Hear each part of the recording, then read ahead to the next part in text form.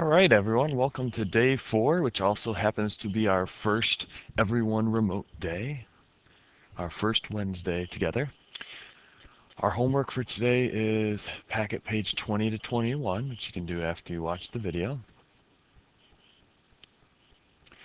Remember, for homeworks, it should be uploaded to Schoology by 5 a.m. the next class day. So don't make yourself have to get up at 4:45 in the morning. Do it this evening, do it this afternoon. Take your pictures, upload it right to Schoology. Today's topic is segment and angle addition. On Wednesdays, kind of like on any days where you had to just do remotely, we're just going to talk through the warm-up. So you can still put your answers right in Wednesday's box on your warm-up sheet, but we're just going to talk through them. So sometimes, always, or never. So we want to know if each of these statements is sometimes true. So there's cases where it could be, case where there's not, always true or never. 2 points determine a line. Well, if you have 2 points, there's exactly one line through them. So this would be an always. Skew lines intersect. So skew lines need to be non-coplanar, so they're not on the same plane. And also they're not parallel, so they will never intersect. And remember, to identify a line skew to another line, trace all the ones that are on the same plane with it, and then trace all the ones that are parallel to it, and any leftovers, those are your skew ones. And opposite rays form a line. Well, opposite rays have the same endpoint, and they go in. So because the definition of opposite rays is the same endpoint, and then are collinear, they will always form a line.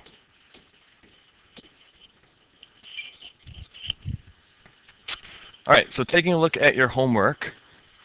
So we had a plane here. So remember a plane, imagine if you had like a sheet of paper, if it could hit everything, then that would be coplanar. So we want collinear here. So A, B, and C, so notice they are all on a line. E, B, and then A. There's no way to get one line through E, B, and A. B and F are on the same line. A and E, although it's not shown in the picture, you could connect A and E with a single line. So that's why that one's a yes. And then A, B, and D, those 3 points, they're not collinear, they're not on a single line.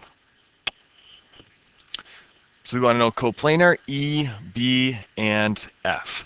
So imagine if you held a sheet of paper vertical, you could rest it against all 3 points.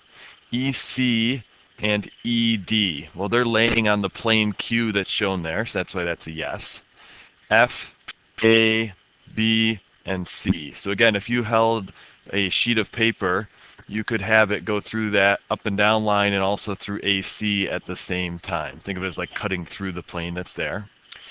Plane Q and EC, well, E and C are both sitting in plane Q, so that's why that's a yes. DB and FC. So DB is lying along plane Q, but F is off of plane Q. So FC would not be on the same plane as DB. And then AE and DC, well, all those points are on plane Q, so that's why those are coplanar. So we want our intersection. 2 lines intersect at a point. So the first one intersects at point G. 2 planes intersect at a line. So GLM, you can think of, even though it's tilted a little to the right, think of it as kind of like the top of that box. And LPN is kind of like the front right, you could kind of think of it as. So those are intersecting at line LM. Now remember, when you have planes are really going on forever, even though we're showing them with bounded regions. It's really going on forever. That's why they're lines and not line segments. So GHPN. GHPN is a diagonal plane. So it's that plane there that's not shown. And then KJPN is the bottom plane. Well, notice the thing that got traced twice was PN. Line KP and KJN. Well, KJNP is that bottomish plane, and KP is on it, so KP is the intersection. And line KM and GHL. GHL is this top plane. If you connect it with KM, they meet at point M. So parallel to EF, you got the other ones that are never going to intersect it in any plane, so JK and HG. Parallel to FG is just the EH. And 3 pairs of skew lines. So you could do JE with any of the ones listed there. You could do JH with any of the ones listed there. EH with any of the ones listed there. And if you had those 3, there's your 3 pairs. Or you had other options. You could do KF with HG, FG with JK, KG with EF. So there was a bunch of different options. Let's just go through one of them just so you can get the idea.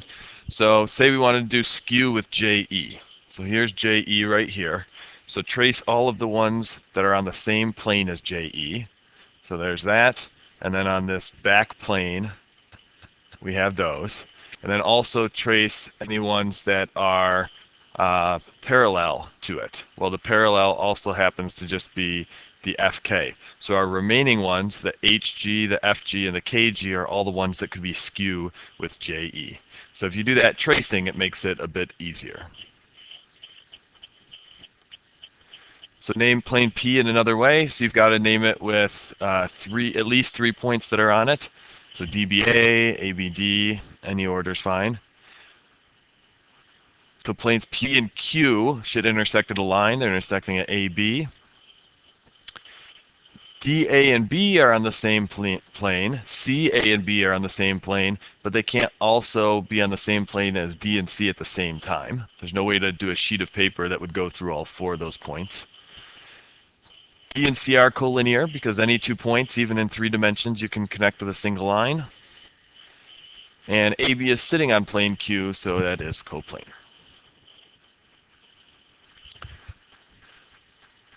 XY and YX for lines are the same because order doesn't matter.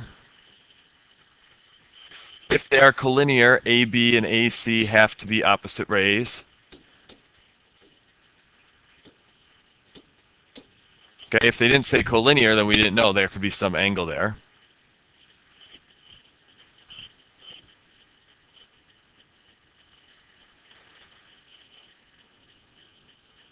So if you look at the diagram for C, AC goes here, and BA goes there.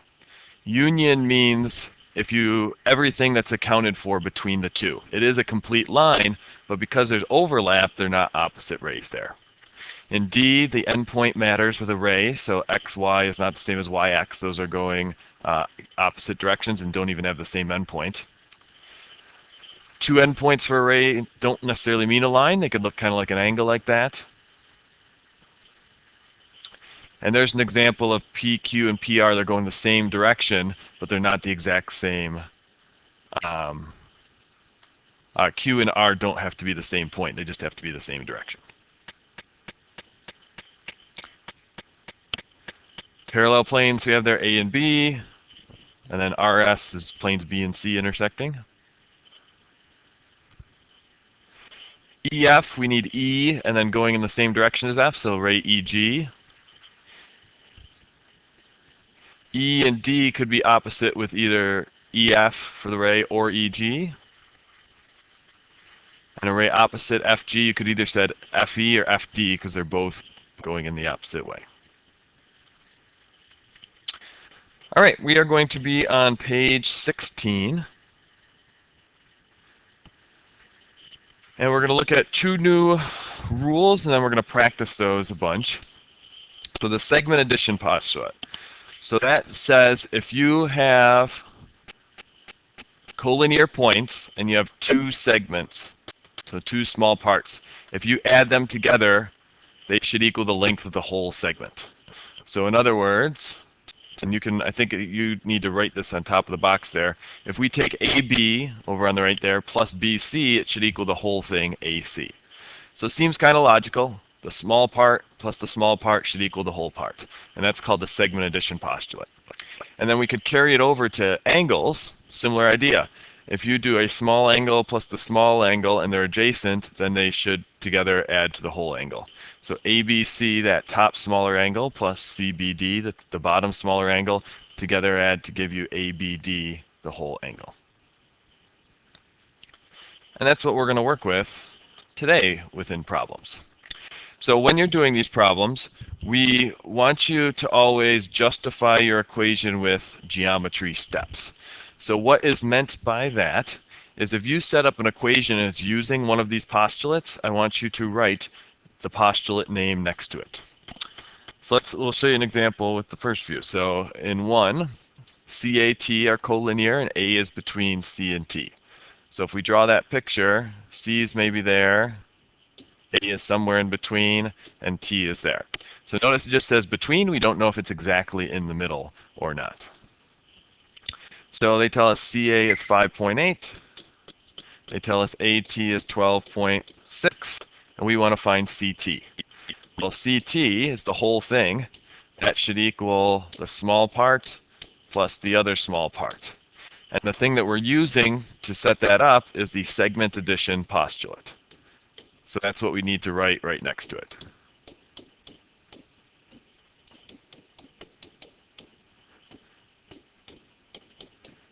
Now the problems where I want you to justify the geometry steps, it'll say right in the directions, justify with the geometry steps.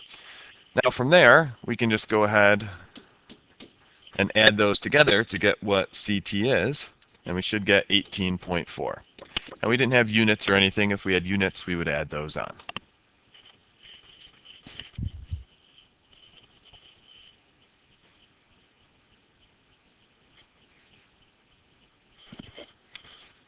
So let's look at similar idea with angles. So we have angle HAT is 32 degrees.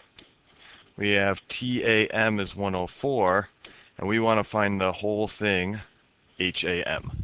So we can do 32 plus 104. That's what HAM will equal. Now, the M in front of the angle just stands for measure, the measure of angle HAM. And we need to say that this is the angle addition postulate.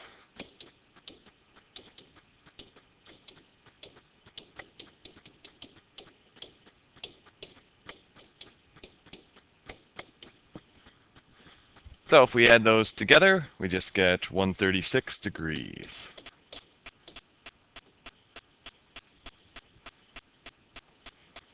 So again, the two postulates, they're kind of common sense. If you add the two small parts that are next to each other together, they should give you the measure of the whole thing. So moving on to the top of page 17, we've got a new diagram. We got line DT and S is somewhere in the middle. So DS is 2x minus 8, so let's label that in the picture. ST is 3x minus 12. And we want to eventually find what DS is. DT they told us was 60. Sorry, I didn't label that. So the two small parts can add up to equal the large part. That's our segment addition postulate. That's what we're going to use here. So one small part plus the other small part should equal the whole thing. And we'll tell the geometry step that that's the segment addition postulate. That's what allows us to set up that equation. All right, from there we just go ahead and solve. We'll combine some like terms. The 2x and the 3x will give us 5x. Negative 8 minus 12 will give us negative 20, and that equals 60. We're going to work to get the x by itself by doing our opposite operations. We'll start by adding 20 over. So that's 5x equals 80. And then the opposite of multiplication is division. Remember, you will have your calculator on the test. Try to practice doing things without a calculator in class and on homework, but on the test, you're always welcome to punch it in the calculator. So this should give us 16 for x. Now, a strong recommendation in this course is anytime you solve for a variable, reread the question. In algebra, last year, you solved for a variable, you were usually done. Not always the case in geometry. It's usually about 50-50. Sometimes you'll be done, sometimes you have to do more. So if we read the question, they want us to find ds. Well, x was not what ds was. ds was 2x minus 8. So we've got to sub back in to find what ds is. So this will give us 32 minus 8, which will give us 24. And we didn't have any units, so that's it. So again, I can't stress enough, when you solve for a variable in this course, reread the question, see if you have to do any plugging back in.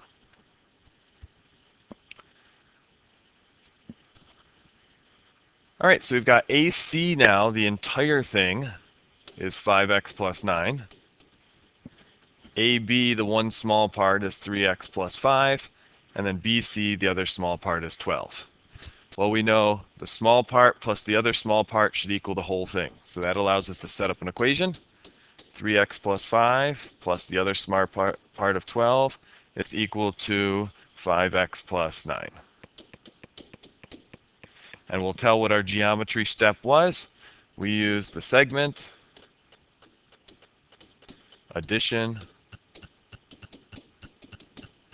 postulate.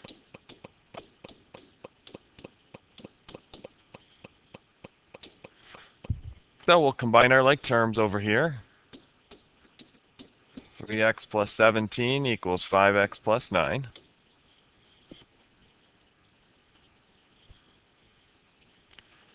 Maybe we'll bring the x's over to the right. We'll subtract 3x from both sides.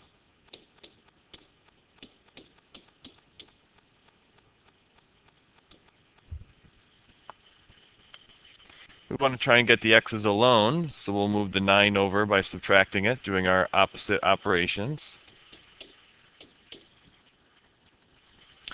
And then opposite of multiplication is division, so we get 4 for x. We found our variable. Let's reread the question. They want us to find AC. Well, AC was 5x plus 9, so we'll have 5 times 4 plus 9. So that's 20 plus 9. Or in other words, 29 for AC. So we use the segment addition postulate to add the two small expressions to equal the big expression. We solved, and then we saw if we needed to sub back in.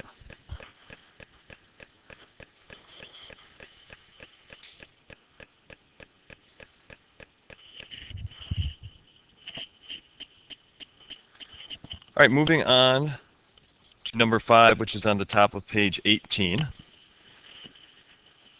We've got our expressions labeled right in the picture, and they tell us x, y, z, the entire big angle, is 109.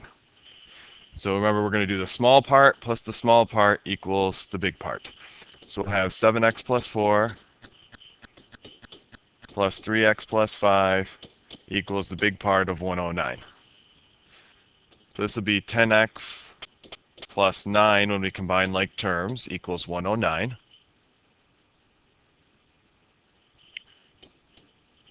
We'll subtract the 9 both sides. This will give us 10x equals 100. And when we divide by 10, 100 divided by 10 is just 10. Reread the question. Okay, this time they wanted us to just find the value of x, so we are done. No more subbing in we have to do. Okay, but about half the time you're going to have to sub in, so always reread the question after you solve for your variable. So we've got our expressions labeled. They tell us GS, the whole thing is 12. So we have the small part plus the small part is equal to the whole part. I just want to go back to number 5 because there's something I forgot. In the original step, I forgot to write our geometry step. So at number 5 here, we did the angle addition postulate. Sorry about that, forgot that. A small part plus a small part equals a big part for angles. That's the angle addition postulate. Going over here, we did the same thing but with segments. The small part plus the small part equals the big part. So this is the segment addition postulate.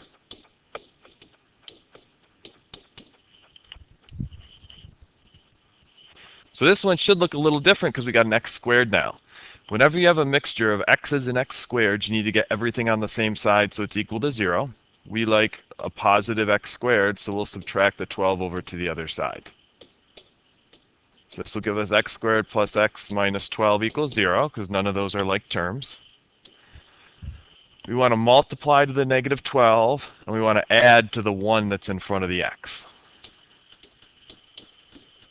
So multiplying to a negative 12 means we need one positive and one negative. Adding to a positive means the bigger one has to be positive. So our options we have are 12 and negative 1, 6 and negative 2, 4 and negative 3. And the one that adds to a positive 1 would be the 4 and the negative 3. So x plus 4 and x minus 3. Next step, we always set those each equal to 0.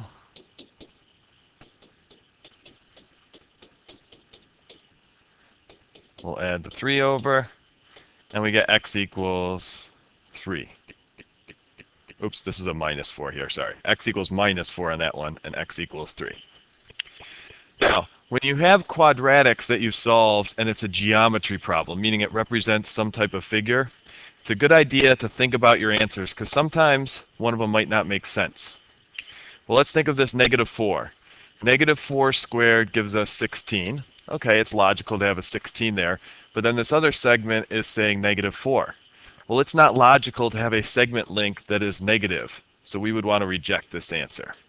And every now and then that happens when you have the quadratic ones. But the 3 squared is 9, and then x is just 3. So those are logical. So just anytime you get a quadratic answers and it's about some geometric figures, just double check those answers at the end and make sure they make sense.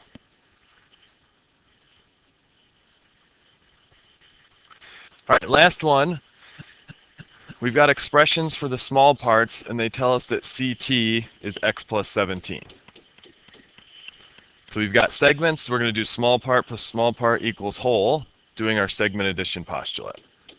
So 3x squared minus 4x plus 3 plus 9x minus 2x squared minus 2 should equal the x plus 17.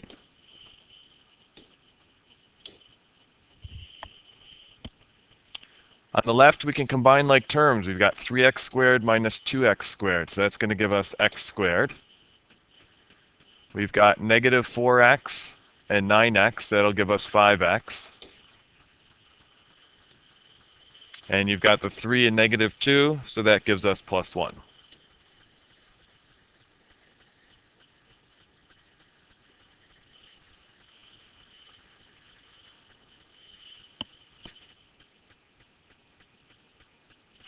All right, I just realized this problem's not going to work out nice.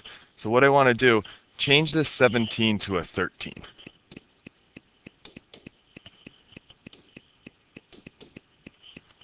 Okay, change that to a 13. So now this is equal to x plus 13. We can subtract the x over. That'll give us x squared plus 4x plus 1 equals 13. Subtract the 13 over, and you get x squared plus 4x minus 12 equals 0. Well, we want to add to 4 and multiply to negative 12. So we need opposite signs, and we need the bigger one to be positive. So we need either 12 and negative 1, 6 and negative 2, or 4 and negative 3. And 6 and negative 2 are the ones that will work out. So if we set those equal to 0,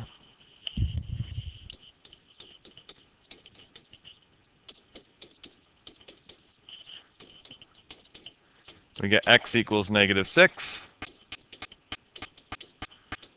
and x equals 2.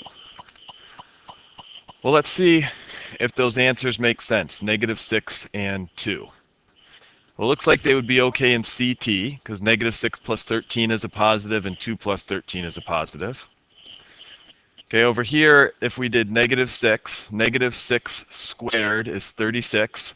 36 times 3 is 108. -6 times -4 would give us positive 24 plus 3. So those are all going to be positives. Let's check it out in the bottom one, the -6. -6 times 9 is -54.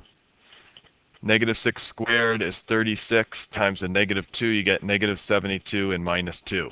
So AT would be a negative if we stubbed a -6, so we're going to reject that one. So let's check out the 2 now. And I'm doing these in my head and talking them through with you. You could always just sub 2 in for x in parentheses in the calculator. 2 squared is 4 times 3 is 12. -4 times 2 is -8 plus 3. So that's going to be 15 minus 8. That's going to be a positive. That's okay. 9 times 2 is 18. 2 squared is 4 times -2 is -8 minus 2. So that's going to give us 10, so that's okay. So let's see what they wanted. They wanted us to find CT, which was the whole thing. So it's just x plus 13. So we'd have 2 plus 13 for CT. So in other words, CT is just 15. So that's it for this video. Remember to take pictures of your homework, upload them to Schoology.